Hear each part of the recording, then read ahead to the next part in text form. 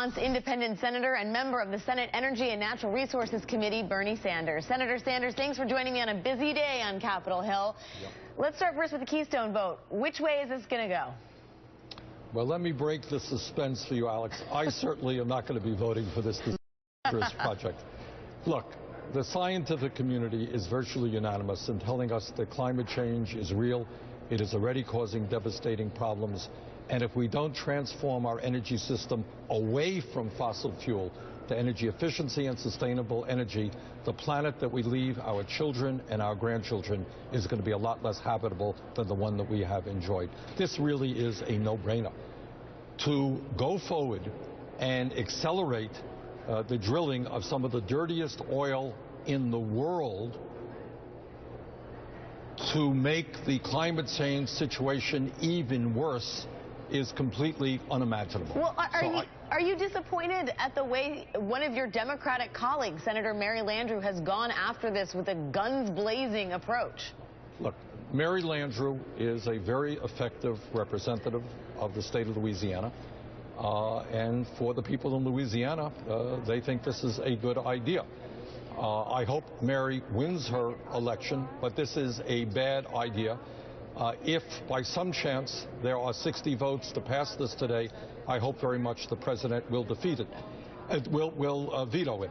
And the other point I would make, Alex, there's a lot of discussion about this being a quote-unquote jobs program. We desperately need a federal jobs program. This ain't it.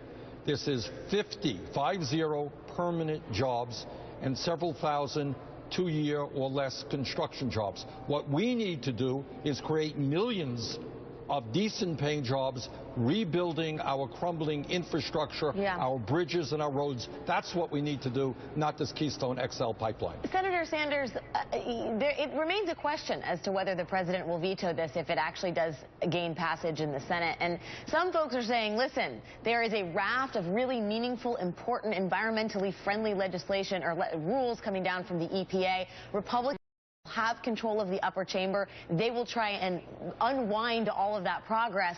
Shouldn't the president use leverage with the Keystone to ensure that Republicans stand down on the EPA regulations? Wouldn't that be in great service to the environment a better move for him? Alex, I think people who think that way are pretty naive. As I hope you know and the viewers know, the Republicans have cast hundreds and hundreds of filibusters in the last 6 years against all kinds of legislation that will protect working people and the environment.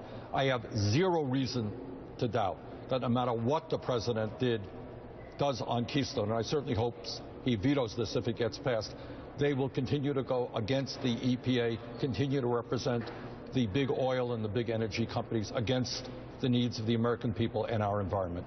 Let me ask you, I know you're not a betting man, Senator Sanders, but this is, as far as cliffhangers go, a pretty big cliffhanger. Nobody seems to know whether this is going to gain passage. If you had to bet money on this, which way would you go?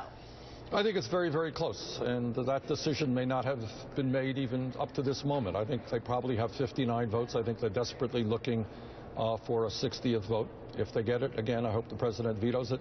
So that's where we are, 59 or 60 votes. I'm not sure that anybody knows the answer to your question. We will be watching closely. Senator Bernie Sanders of Vermont, thank you as always for your time.